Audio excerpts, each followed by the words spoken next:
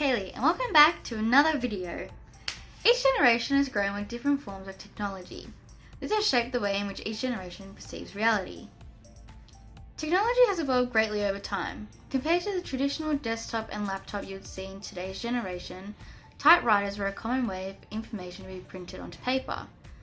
The first known typewriter was invented in 1867 by Christopher Lethem Scholl and his assistants Carlos Glidden and Samuel W. Soule. Typewriters are a mechanical or electromechanical machine used for writing characters similar to modern-day print. A form of technology that is closer to a modern-day laptop in terms of how complex it can be is the Colossus.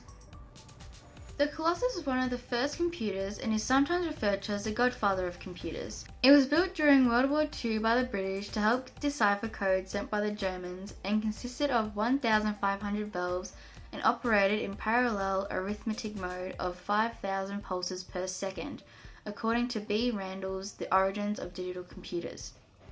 With people born between 1995 and 2012 typically referred to as Gen Z, being lucky enough to have the technology that has been developed in recent years, it makes the way they learn and work easier.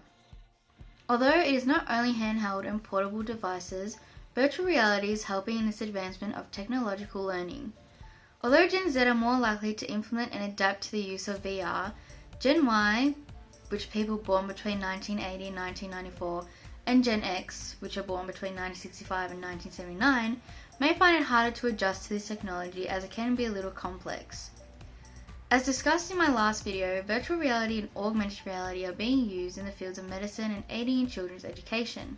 This is a drastic change to how, for example, baby boomers were taught during 1946 and 1964. The younger generation are able to get information at our fingertips with portable devices and the growth of the internet, instead of large sets of encyclopedias or books.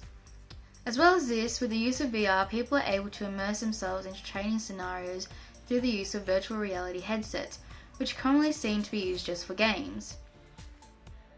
A journal article written by Julian Hirt and Thomas Beer discussed how virtual reality can help enhance high-fidelity patient simulations in nursing education by immersion in a virtual environment imitating reality. This will enable the trainees to be placed into a serious or unexpected situation in a virtual reality, so they're able to learn and process how to respond if this situation were to happen in real life. Mobile phones are becoming more and more prominent in today's society. They are constantly evolving and updating at least once a year. For example, iPhones, which is one of the most well-known phone brands on the phone market. With Gen Z having these devices, they are able to engage with learning activities through the use of augmented reality, which is commonly referred to as AR. An example of this is a dinosaur exhibition at a museum. The students are able to see how the prehistoric creatures roam around as they would millions of years ago. This eliminates the need of bringing physical objects and instead shows the realistic object through the camera of a mobile device. Instead of investing thousands of dollars into robotics and realistic sculptures, 3D models can now be brought to life in a more economic and interactive way. The software used to generate the 3D models can always be updated to keep up with technological trends, as well as patching bugs. With a physical object, if something went wrong, you would have to call in a technician and it could take days to fix, whereas an update can run in the background of your device without knowing, which creates an easier experience for the users. As well as this software being useful for education purposes, AR can also be used around the home. Tenants in a household can use apps from retail stores to furnish their home before they buy a product. Typically, these apps show a holographic model of the actual physical object through the camera and features drag and drop, so that the user can try different placements of the object around their room. This allows people to visualize the items in the space before making a purchase. This can save time and money for people who live busy lives, as they don't need to go into a physical store, as most things are able to be purchased online. It also helps determine if furniture such as their couch can fit through a door, which is a struggle that most people have experienced. Going from typewriters and the Colossus to the technology we have now is quite amazing. We're able to do so much more than we used to, especially when it comes to education.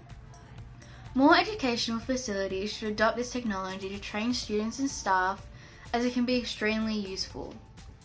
I hope you've enjoyed learning about the evolution of technology and how we are able to learn. I'll have my last video linked down below if you want to check it out. Thank you for watching, and I'll see you in the next one. Bye!